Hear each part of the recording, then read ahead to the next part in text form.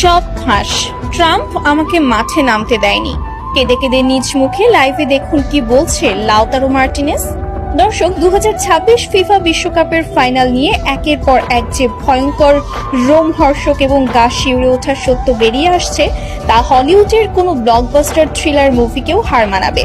প্রধান রেফারির বুকফাটা কান্না, কোচ লিওনেল স্কালোনির ব্ল্যাকমেইলের শিকার হওয়ার মর্মান্তিক স্বীকারোক্তি এবং এমিলিয়ানো মার্টিনেজের বিস্ফোরক লাইভের পর পুরো ফুটবল বিশ্ব এমনিতেই ক্ষোভে ফুঁসছিল।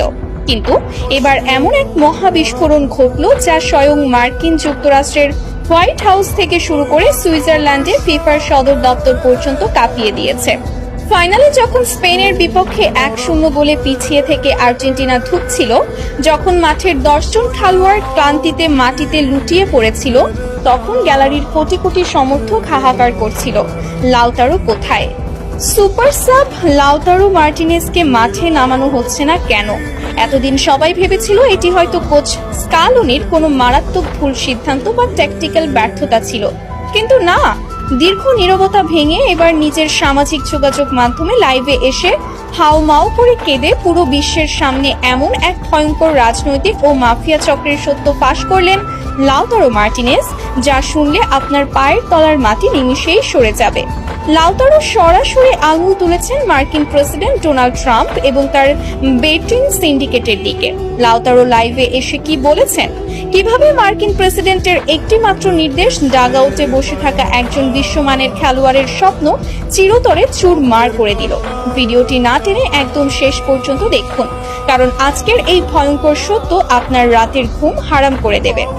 গতরাতে সামাজিক যোগাযোগ মাধ্যমে লাইভে আসার পর লাউতারো মার্টিনেজের চেহারা দেখে বিশ্বের কোটি কোটি ভক্ত রীতিমতো চমকে উঠেছেন।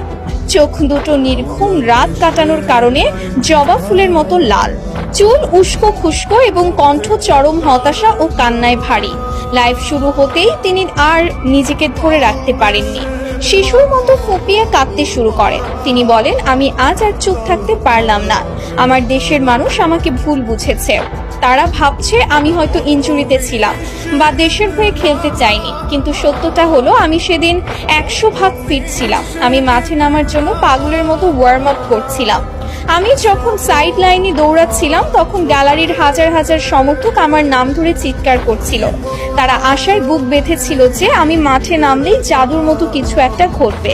আমি নিজেও জানতাম আমি মাঠে নামলে গোল করতে পারবো, কিন্তু স্পেন তখন শারীরিক ও মানসিকভাবেও ক্লান্ত ছিল। কিন্তু আমি যখনই সাইড লাইনে গিয়ে দাঁড়াতে চাইলাম, তখনই ঘটলো সেই ভয়ঙ্কর ঘটনা। লাউতারোর চোখে